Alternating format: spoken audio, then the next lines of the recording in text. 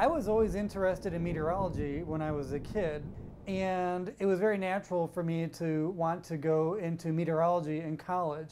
And I found a job at a TV station in the middle of Nebraska. One storm moves out at us, another one develops up to the north.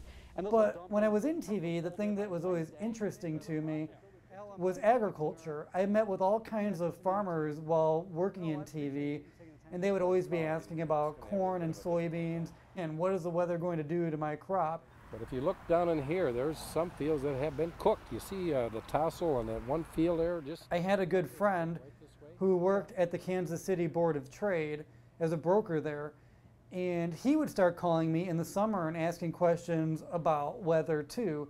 And so I went back to school and got a master's degree in agricultural economics at the University of Illinois. While working on that degree, I started to see how weather was really important to farmers, to people who bought and sold crops, to traders, to investment banks. It all kind of started to come together.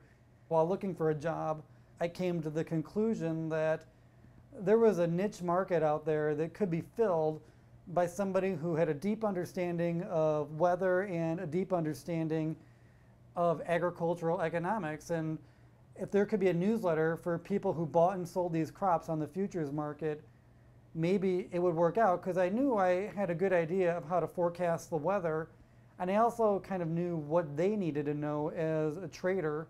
That's kind of where T-Storm Weather began. It just was an idea, and I sent out the newsletter to a handful of people for free for about 3 months, and lo and behold, people figured out that I was providing them with some value that they didn't have previously, and word spread, and all of a sudden 3 customers turned into 6.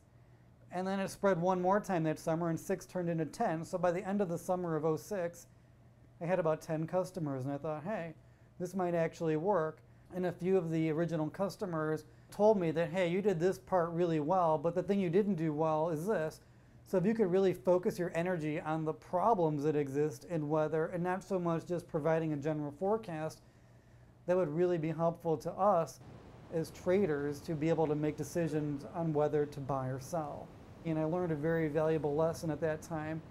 If you're not sure what's going to happen 10 days into the future, then just say you don't know and don't even bother dealing with it on a specific level, because there's no reason to say more than you know, especially when there's a high probability of being wrong.